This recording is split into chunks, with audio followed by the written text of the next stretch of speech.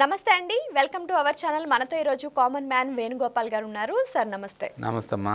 Sir, Borugadda Anil గారు ఇప్పుడు జగన్ గారి నివాసం ముందు కూర్చుని ధర్నా చేస్తున్నారు. అంటే గత ప్రభుత్వంలో బోరుగడ్డ అనిల్ చేసిన వ్యాఖ్యలు నాకు తెలిసి ఎవ్వరూ చేయలేదేమో. అంటే పైనుంచి స్క్రిప్ట్ ఏదొస్తుందో అది ఇంకా ఎదుటి పర్సన్ ఎవరు అని చూడకుండా ఆయన చాలా మాటలు అంటే బూతులు మాట్లాడారు. ఇప్పుడు అలాంటిది లాస్ట్ టైం మనం చూసాము, బోరుగడ్డ అనిల్కు మాకు సంబంధం లేదని చెప్పేసి వైసీపీ చెప్పింది. ఇప్పుడేమో ఆయన ఏం చెప్తున్నారంటే, నాకు టీ ఇచ్చేవారు, నాకు తాగమని వాటర్ ఇచ్చేవారు, జగన్నతో నాకు చాలా సన్నిహిత బంధం ఉంది, బట్ ఇప్పుడు నన్ను మాత్రం జగన్ని కలవనివ్వట్లేదు అని చెప్పేసి ఆయన వ్యాఖ్యానిస్తున్నారు. అసలు అక్కడ ఏం జరుగుతుంది సార్? ప్రజలందరికీ నమస్తే అండి. ముఖ్యంగా బోరుగడ్డ అనిల్ అనేటివాడు మనిషి అయితే కాదమ్మా, మనుష్యానాం జంతు రూపేణ అంటారు. సంస్కృతంలో మనకు ఒక వాక్యం ఉంటుంది. ఆంధ్ర చరిత్రకు మూలధారమైన ఐతరేయ బ్రాహ్మణం అనే గ్రంథంలో కూడా ఉంటుంది. అంటే మనుష్యానాం జంతు రూపం అంటే అర్థం మనిషి రూపంలో ఉన్న ఒక పసివే అని అర్థం. ఈయన యాక్చువల్గా ఈయన జంతువు అయి పుడితే, అంటే ఒక గేదె అయి పుడితే రోజుకి 2 బిందెలు పాలు ఇచ్చును, అంటే ప్రపంచానికి కూడా ఉపయోగపడిన ఈయన. కానీ మనిషిగా పుట్టాడు. మనిషిగా పుట్టి ఏం చేశాడు? మనిషిలా ప్రవర్తించాలి. తెలుగులో ఒక సామెత ఉంటుంది, నువ్వు రోమ్లో ఉండేటప్పుడు రోమన్లాగే ప్రవర్తించాలట. Or living in Rome, living by the Roman అంటారు ఇంగ్లీష్లో ఒక సామెత. అంటే నువ్వు రోమ్లో పుట్టేటప్పుడు రోమన్లాగా, నువ్వు మనిషిగా పుట్టేటప్పుడు మనిషిలానే ప్రవర్తించాలి. ఆ టైంలో చెలరేగిపోయావు. చంద్రబాబు నాయుడు గారిని, లోకేష్ బాబు గారిని, పవన్ కళ్యాణ్ గారి తల్లిని, చిరంజీవి గారిని, పవన్ కళ్యాణ్ గారి చిన్న పిల్లలమ్మ.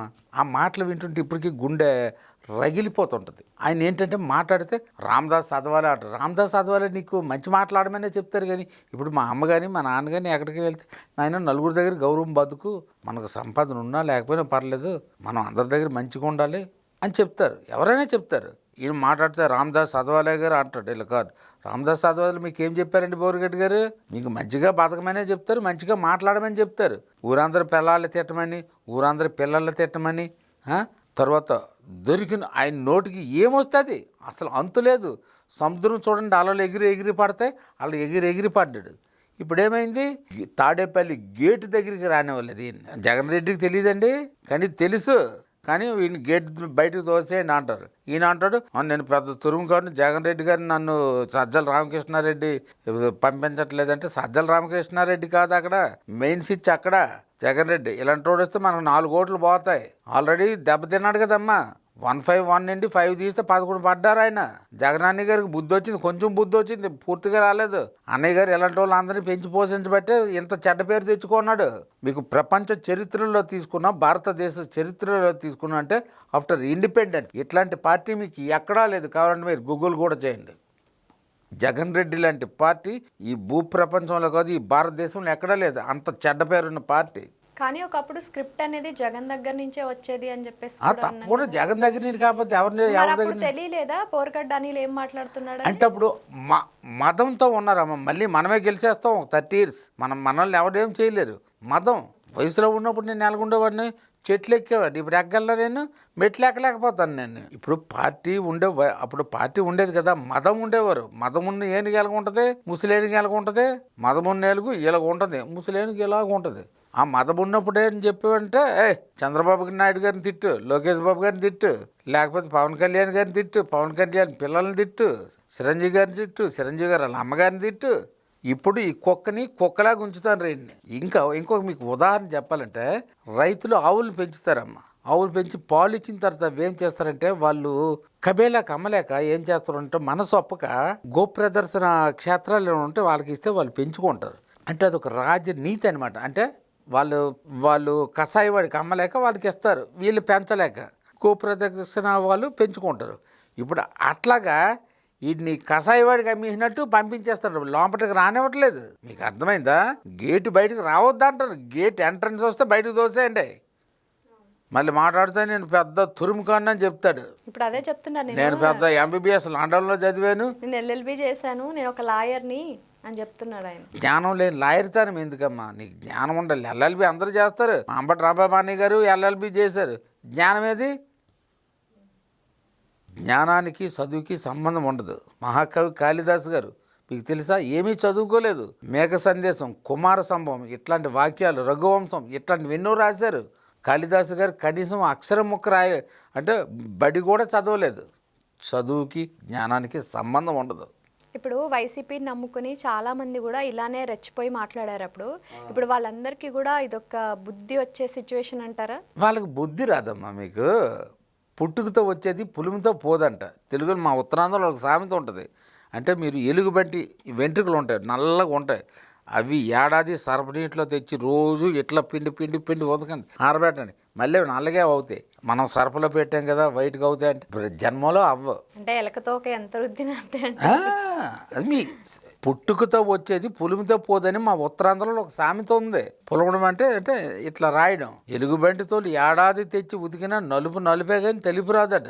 మీరు ఎన్ని కెమికల్స్ వేయండి ఆ నలుపే. అయితే ఇప్పుడు ఆయన చెప్తున్నారు కదా, నా మీద రౌడీ షీటర్ అని చెప్పేసి సజ్జల రామకృష్ణారెడ్డి చెప్తున్నారు. బట్ నా మీద అలాంటి కేసులే లేవు అని చెప్తున్నారు ఆయన. అది వాళ్ళ పార్టీ అంతర్గత వ్యవహారం అమ్మ. కారుమూరు వెంకటరెడ్డి గారికి ఈయనకి కొంచెం పడట్లేదు ఒక 4-5 నెలల నుంచి. ఎందుకు పడలేదంటే కారుమూరు వెంకటరెడ్డి గారు ఒక ఇంటర్వ్యూలో, ఆయన పేరు చెప్పకూడదు, ఆ ఇంటర్వ్యూలో మన బోరుగడ్డ అనిల్ వాడు ఎవడో తెలీదు, మా పార్టీ ప్రతినిధి కాదు, అసలు మా పార్టీకి వాడికి సంబంధమే లేదు అని కారుమూరు వెంకటరెడ్డి గారు బోరుగడ్డ అనిల్ గారిని అన్నారు. అప్పటి నుంచి వీళ్ళిద్దరికీ కొంచెం డిస్ప్యూట్స్ నడుస్తున్నాయి, అంటే వివాదాలు. అది మనకి సంబంధం లేని విషయం, వాళ్ళు పడతారు. అది ఉదాహరణకు నేను ఒక మాట చెప్తాను, మీకు ఆకలైనప్పుడు మీరు తినాలి, నాకు ఆకలైనప్పుడు నేను తినాలి. అట్లా వాళ్ళ బాధలు పడతారు, వాళ్ళు ఎప్పుడు పడుతున్నవే. సరే, అయితే ఇప్పుడు అసలు ఏం కావాలట బోరుగడ్డ అనిల్కి? బోరుగడ్డ అనిల్ గారికి ముఖ్యంగా ఏంటంటే ఉపరాష్ట్రపతి పదవి కానీ, లేకపోతే ఇక్కడ మన రాష్ట్రంలో డిప్యూటీ సీఎం పదవి కానీ కావాలమ్మా, ఈ రెండు. ఎందుకంటే ఆయన ఇంగ్లీష్ బాగా మాట్లాడతాడు, ఆయనకి జ్ఞానం లేకపోయినా ఇంగ్లీష్ బాగా మాట్లాడతాడు కనుక నెక్స్ట్ 2090లో జగనాన్ని గారి ప్రభుత్వం వస్తే డిప్యూటీ సీఎం పదవి కంపల్సరీ ఇస్తారని నేను అనుకుంటాను. అంటే పార్టీగా నా ఇది అలా అభిప్రాయం కాదు, నా అభిప్రాయం. ఏమైనా ఎంత కష్టపడతాను కదా, ఇన్ని బూతులు తిడతాను కదా, ఆ మాత్రం నేను పదవి ఇవ్వకపోతే బాగోదు కదా. మరి అంత తొందరగా ఇచ్చేసారు ఎందుకు? 2090 అంటే రేపే కదా, ఇంకా కొంచెం. 2090 నీకు 70 సంవత్సరాలు ఉందమ్మా. అప్పుడు ముసలుడు అవుతారు, రే నా తాత అంటాడు. అలాగ ఉంది. వీళ్ళు ఏంటంటే 40% ఓట్ బ్యాంక్ చూసి రెచ్చిపోతున్నారు. ఆల్రెడీ సిబిఎన్ సార్ ఇవన్నీ నిధులు ఎక్కడి నుండో ఆయన ఎన్నో బాధలు పడుతున్నారు. నేను ఆదివారం సెలవు తీసుకోండి, చంద్రబాబు నాయుడు గారు ఆదివారం సెలవు తీసుకోవడం మీరు ఎప్పుడైనా చూసారా? మీరే గారు అధికారులు అడగండి తెలుస్తుంది. ఐఏఎస్ అధికారులు, సిఎస్లు ఉంటారు, చీఫ్ సెక్రటరీలు, ఆదివారం కూడా సెలవు తీసుకోరు. కేవలం మీకోసం, నా కోసం, మీ పిల్లల కోసం, నా పిల్లల భవిష్యత్తు కోసం. అట్లాంటి వ్యక్తి మన ఆంధ్రప్రదేశ్లో పుట్టడం నిజంగా మనం అందరం చేసుకునే గొప్పతనం. ఏ జన్మ పుణ్యమమ్మా, మనం అందరము పుణ్యమంతులమే. మనం అందరం పుణ్యం చేసుకోబట్టే చంద్రబాబు నాయుడు గారు ఈ ఆంధ్రప్రదేశ్లో అమ్మగారి గర్భంలో పుట్టారు. చంద్రబాబు నాయుడు గారు లేకపోతే ఈ ఏపీ చంద్రబాబు నాయుడు గారే పుట్టకుండా ఉంటే ఈ ఏపీ ఏపాటికి బీహార్ కంటే దారుణంగా ఉన్నమ్మా. ఈ ఏపీలో మహా యుగ పురుషులు పుట్టారు, పుణ్యాత్ములు పుట్టారు. వాళ్ళు పుట్టడం వల్లే, వాళ్ళ శక్తి వల్ల చంద్రబాబు నాయుడు గారు ఆంధ్రప్రదేశ్లో పుట్టారు. చంద్రబాబు నాయుడు గారు అనే వ్యక్తి లేకపోతే ఆంధ్రప్రదేశే లేదు. ఇప్పుడు ఎంత అద్భుతంగా జరుగుతానేమో పనులు. భోగాపురం ఎయిర్పోర్టు అంత ఇమీడియట్లీగా తయారవడం అంటే మాటలా? ఓం భీమ్ ఇలాగంటే అయిపోయింది కాదు కదా. అందులో గ్రీన్ఫీల్డ్ ఎయిర్పోర్ట్ అది. అంటే భూమి నుండి చదును చేసుకుంటూ పైకి రావాలి, దాన్ని గ్రీన్ఫీల్డ్ అంటారు. Thank you sir. Thank you అమ్మా.